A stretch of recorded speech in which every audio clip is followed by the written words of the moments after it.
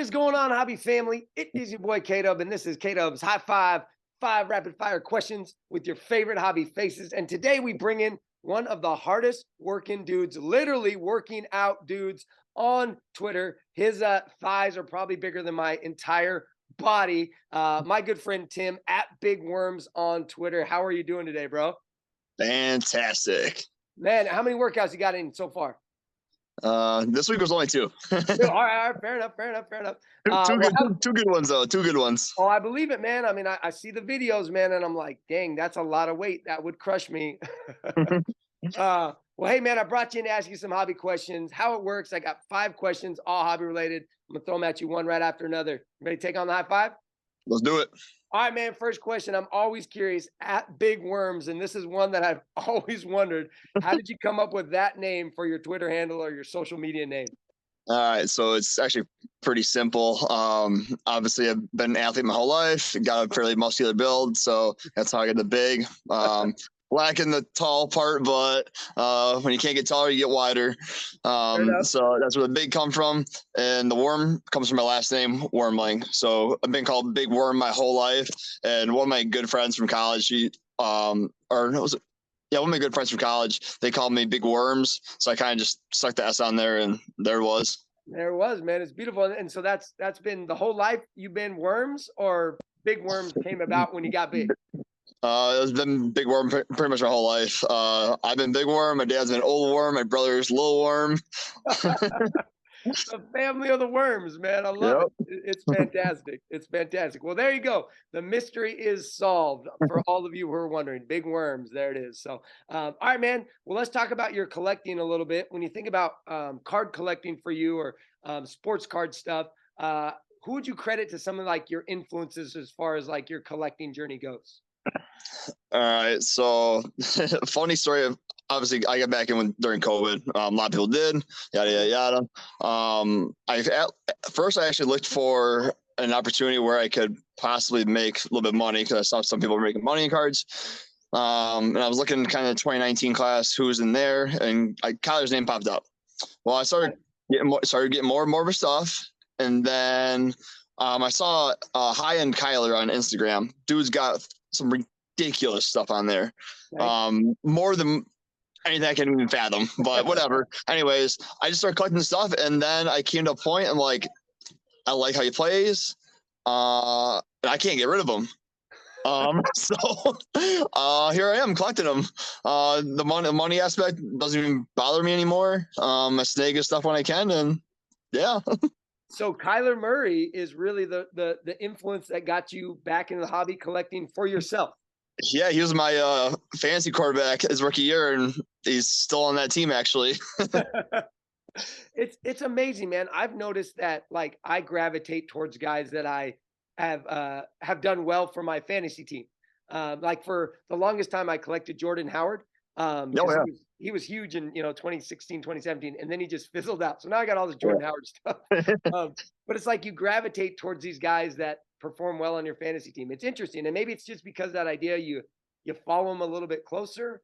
But I don't know. It's interesting how that happens. So I'd be interested if you collect a player because you drafted them on your fantasy team and they performed well. Let me know in the comments. Drop a comment of who that player is and when you drafted them. So, all right, man. Well, let's talk Grail cards for you, man. You mentioned Kyler is kind of your guy. But when it comes to sports cards, like the Grail, the card you've always wanted, you're chasing after, what card is that and why?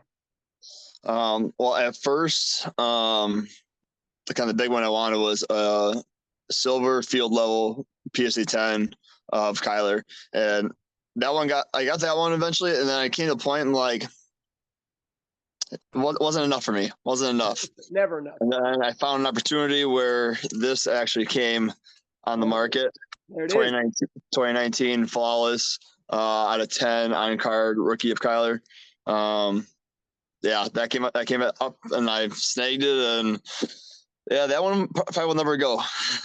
So that's it, man. I mean, if you were to say your Grail card, that's the one. Yep. Even like Hall of Famers. Yeah, this is the one I really wanted to get, and yeah. Man, Flawless is such a great product. I mean, I think Gorgeous. anyone who opens cards knows that's one of the most gorgeous products. But is the 101 out there? Somewhere probably. I've never seen it. Now, did you acquire it by buying it? Did you trade for it? Did you pull it maybe? This one was on eBay actually. Okay. No, I don't pull anything worthwhile. I don't know, man. 2019, you might have been crazy, man. You might have been jumping into anything and everything in 2019. Probably should have then, but Hobby was a lot different back then, that's for sure. Yep. All right, man. Well, let's talk about the product. When it comes to kind of products you've always wanted to rip, or maybe you have ripped and you want to rip again, what would be the choice of ripping for you and why? I'm gonna have to go with 29. If money wasn't an option, I'm going 2019 National Treasure to try to pull the out of 99 RPA of Kyler. Okay. Obviously the out of 99 National Treasures are the ones that everyone chases. Yeah. So it'd be cool to snag one of those ripping. Sure. You know, if money was an option, just run through them nonstop. Now, I do you know why like the out of 99 NT is like the true RPA? Do you know where that came about? Because I have no idea, but I've heard it mentioned and I've heard it talked about. But like, when did that become a thing? Do you know? So I think I snagged like an insert out of National Treasures out of 25, and got for a good price. I'm like, oh, it's less than out of 99. It's got to be worth more.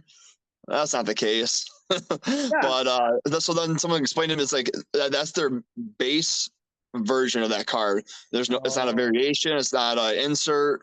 And so forth. So like it's their rookie card. Got it. Now who determined that? I don't know. No, I'm with you, and I've heard that same kind of conversations about, and I've thought that same thing. Like, dude, an out of 99, why is the out of 25 less money than that? But I guess that makes sense that's like the rookie card they start with, and then maybe all the other ones are just variations of that. Yeah, they're all different parallels and whether you have inserts and so forth. But the 99 is the one that it begins with, I guess. Go look at any National Treasure out of 99. Like, there's other inserts out of 99, but like their base version is the one that you look for. Huh. Interesting. Yeah, the things you learn here, the things you learn. So yeah. Just educating people with the high five. That's what we do. That's what we do on the high five. Hey, last question here, man. And I feel like you got a really good sense of the hobby, a pulse on the hobby, especially the stuff you share on Twitter. It seems like you stay in tune to what's happening. Kind of, how would you describe kind of the current climate or the current state of the hobby in mid-year 2023? So this would be almost 21, 2, 3. So about going on year 4 roughly for me then. Yeah. I'd say it's the biggest it's ever been. The hobby is as large as it ever has. Now, I think people are a lot smarter about their money now. I did some stupid things early on. For sure. Paying for certain things still, but but no, I mean all the avenues we have to buy cards, whatnot, Twitter, Instagram, eBay, Mercari, Marketplace on Facebook, you name it. You can get cards anywhere. Now, whether you're informed when you buy them, that's a whole different story. But I think, even the card show I set up at, first time I went in this place in Oak Creek here, Wisconsin, the first place I set up at, they only had kind of 1 or 2 rooms. Now they have 180 tables. They have every room in this community center filled up, and they're booked solid for months now. And it's been that way ever since I set up. I think started last year at some point. Yeah. No, I'm excited for it. Are some people going to fizzle out? Yeah, absolutely. It's not for everyone. It can get very expensive. People getting over the head, and you have the opportunity to buy stuff with credit cards. It's a bad thing. So you gotta be careful. For sure. No, I would agree. I think that price wise, the hobby may be leveling out a little bit, but just people who are involved, I think that like you said, man, there's more people ever now that are talking about sports cards, having conversations about sports cards, from kids to adults. The amount of people that are involved in the hobby is pretty awesome to see. It's pretty neat. Yeah, I had a buddy I went to college with. He messaged me the other day. He goes, "Hey, I got some stuff laid around. If you want to take a peek at it, go ahead. I'm not doing nothing with it." Yeah. And I'm like, "Yeah, if I find anything worthwhile, I'll obviously pay you for time, your cards and whatnot. But I'll take a peek. Yeah, just out of the blue. Yeah. So they're obviously not doing nothing with it. Exactly. And it's, stuff just sitting in boxes for sure. So Yep. I look forward to you posting that Jordan rookie that he's just got sitting in a box. So Yeah, no kidding. all right, man. Hey, I want to throw a bonus question at you. One thing I really appreciate about you, and I wanted to just share my appreciation is your seriousness about physical fitness and working out, and you share that on your social medias. Um, how would you say that hobby and physical fitness, working out, go together for you, or do they at all? Is there any mesh or mix between the two? So I'm a pretty high strung individual myself. I need to be occupied in every aspect of my life. If I didn't have my kids, oh my gosh, I'd probably be going. I'd be bored. So this actually kind of takes my mind off things sometimes. Working out, that channels my energy, gets my mind off daily work stuff, family things when it pops up. So that's the workout stuff. Even get home, get the kids to bed. Wife's doing schoolwork. I don't like just sitting down and watching TV all the time. Gotcha. So dinking around with cards, staying busy that way. Trying to wheel and deal a little bit. Yeah. It's another hobby for me. Yeah. I've toned some of that down a little bit. But it's just another avenue for me to have mentally for me to stay in tune and in one piece. For sure, man. No, I totally get that. Kind of that kind of channels your mind, focuses your mind. So I can definitely see how like the working out piece is a side of it, but also the hobby piece as well. So that's Yeah, cool. I know physical fitness isn't for everyone. Doesn't need to be. Will improve health? Yeah. It can, yes. Yeah. You can also go way extreme and be detrimental to your health too. So you Yeah. gotta be careful. No, man, but I mean, I think it's good. I love that you share this stuff, man. I think it's healthy for, guys like me to see other dudes, who are my age, involved in cards, into physical fitness. So keep it up, man. It's an encouragement to many. So keep doing it. So, I will. all right, man. We got the list, man. We got a high five. Throw it up. Throw it up at the end of high five. Hey, I heard you mention Instagram. Do you have an Instagram? Yeah. Let me see if I can find it here quick. Oh, no worries. No worries. Is it the same handle? Slightly. No, sorry. It's BW Cards 16. Okay, so my man's on Instagram as well on Twitter. I know Twitter is kind of where you and I connect, and I know where you do a lot of your work. So at Big Worms on Twitter, you can follow Tim. Also, please make sure you subscribe to the channel Dizzy Dub One. Follow me on Twitter at Mr. K-Dub.